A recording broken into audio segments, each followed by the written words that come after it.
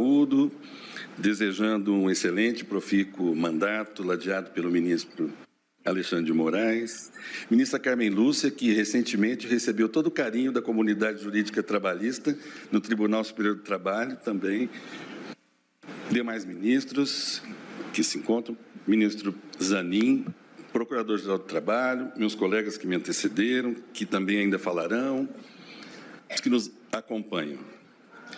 Sempre que outros colegas falam, a gente prepara uma sustentação oral e depois revisa essa sustentação. Eu vou tentar manter a minha linha de raciocínio, porque ela tem aí um fio condutor.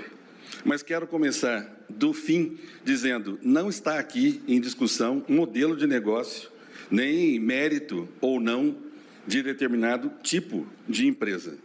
É outra questão, é de outra questão que se trata, eu vou tentar aqui recolocar.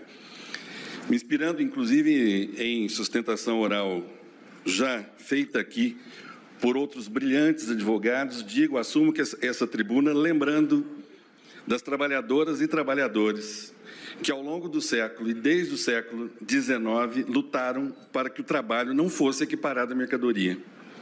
Lutaram com suas vidas, inclusive, para que, nos direitos humanos fundamentais, inscritos nas cartas, em especial, Constituição da OIT, Pacto Internacional de Direitos Econômicos e Sociais, Convenção Americana sobre Direitos Humanos e o seu protocolo adicional, constituíram um núcleo de direitos humanos do trabalho fundamentais. Mas penso também nas trabalhadoras e trabalhadores brasileiros que, desde a greve de 1917, também lutaram e lutam por direitos que depois, também lembrando de trabalhadoras e trabalhadores que no final dos anos 1970 foram fundamentais para a redemocratização e para a maior carta de direitos fundamentais que o Brasil constituiu na Constituição de 1988. Democracia e trabalho, democracia e justiça social, democracia e direitos humanos fundamentais do trabalho são indissociáveis.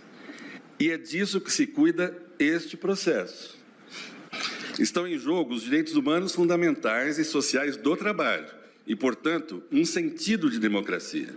O conhecido professor e filósofo norte-americano, em seu livro O Descontentamento da Democracia, Michael Sandel, já advertia, aspas, o autogoverno exige que as instituições políticas mantenham o poder econômico sob escrutínio democrático.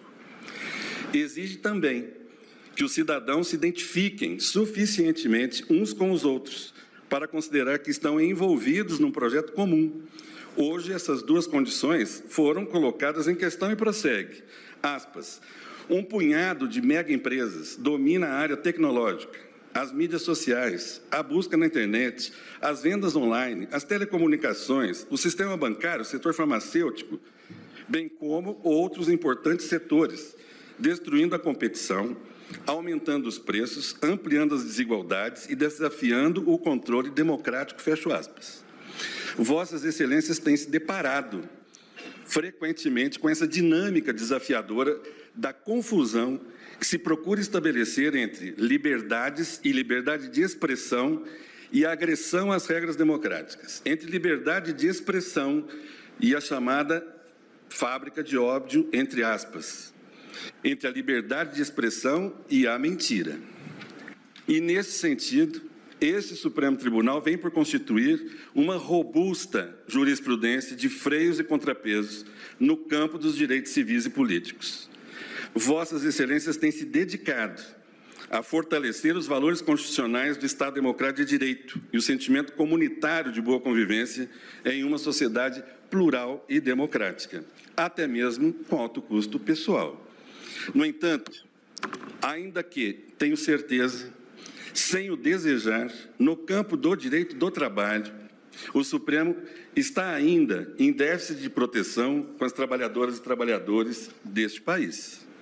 É chegada a hora de um freio de arrumação nas interpretações indesejadas e em certa confusão impingida por alguns setores entre o que se chama de liberdade econômica e a real destruição dos direitos fundamentais do trabalho, entre a liberdade econômica e, parafraseando, o que se poderia chamar de verdadeira construção de uma fábrica de ódio trabalhista, uma fábrica de ódio CLT.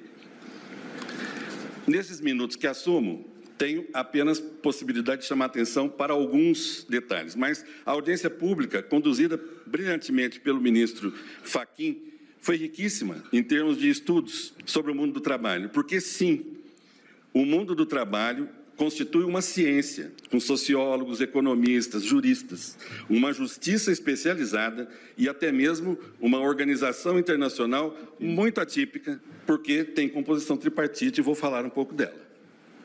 O que se julga aqui não é um modelo de negócio, abstratamente considerado e escolhido por esta ou aquela empresa. Não é a possibilidade de que essa ou aquela empresa possa escolher o seu modelo de negócio. A escolha do modelo de negócio está no campo da liberdade econômica e é bem verdade.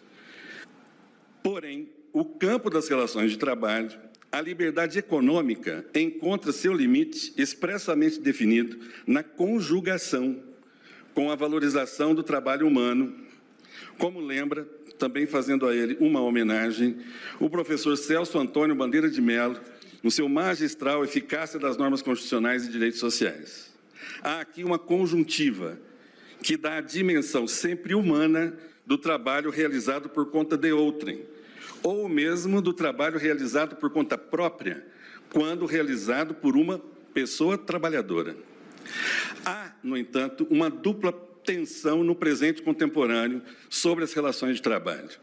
De um lado, se procura reconfigurar a figura do trabalhador, travestindo-o de personalidade jurídica, e de outro, o da própria empresa, invocando uma abstrata liberdade econômica como espécie de zona franca de responsabilidades. E aí, ponto, qual é a responsabilidade em relação ao modelo de negócio que eu escolho?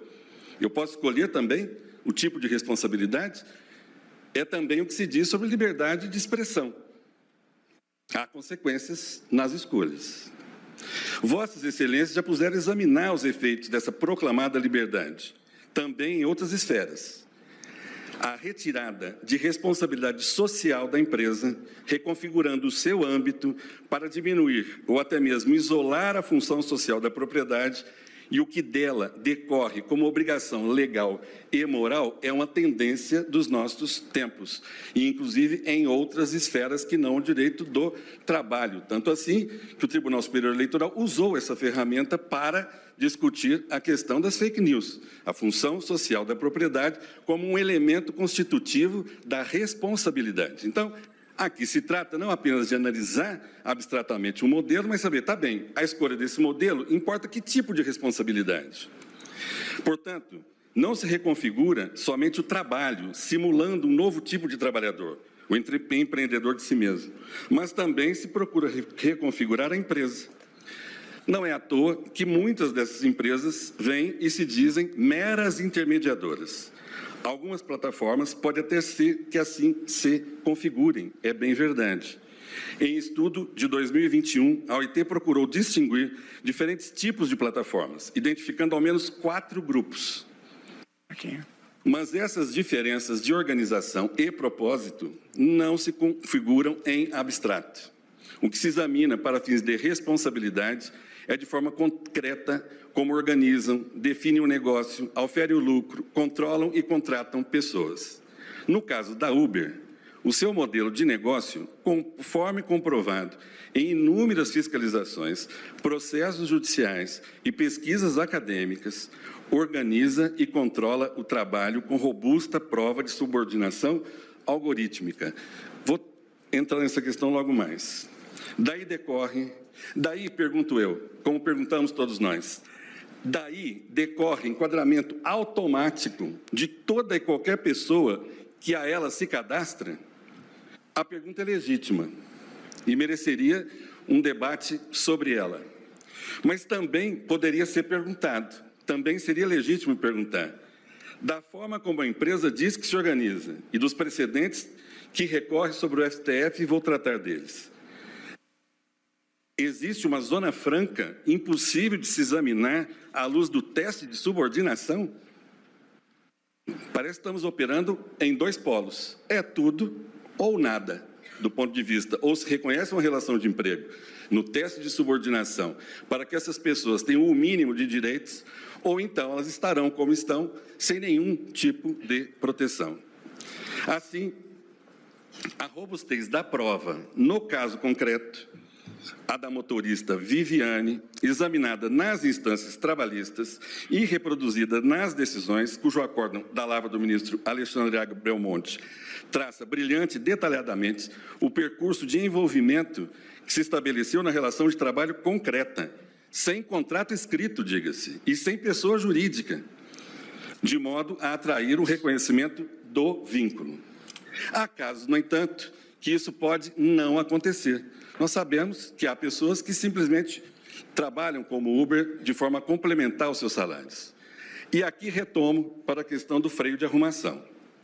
As decisões proferidas na ADPF 324 e no tema 725 têm sido utilizadas como argumento de que este Supremo Tribunal teria admitido, sem freios e contrapesos, que o empresário pode organizar o seu negócio com estratégias empresariais flexíveis, não necessariamente contratando como empregados, aqui na acepção técnica do termo, as pessoas que se ativam no seu negócio.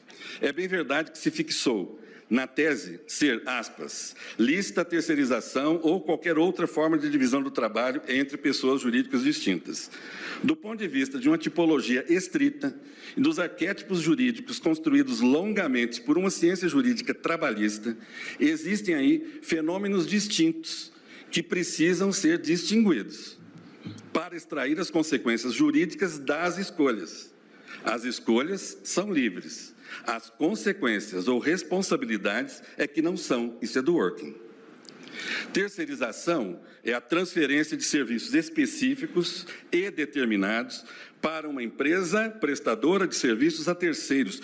Configuração legal, está no artigo da Lei 13.429, que alterou a 6.019. Mas é a segunda parte do tema 725 que decorre a maior abertura para os questionamentos ou até mesmo para a fraude, quando se diz, aspas, ou qualquer outra forma de divisão do trabalho. Há quem defenda que, na ausência de um modelo obrigatório de contratação exclusiva pela modalidade do contrato de emprego, se possa contratar por qualquer outra modalidade de contrato, ou seja, civil ou comercial, uma pessoa trabalhadora. Essa premissa foi rechaçada, e eu vou pular aqui porque eu já estou encaminhando para pouco tempo. Essa premissa foi rechaçada pelas cortes constitucionais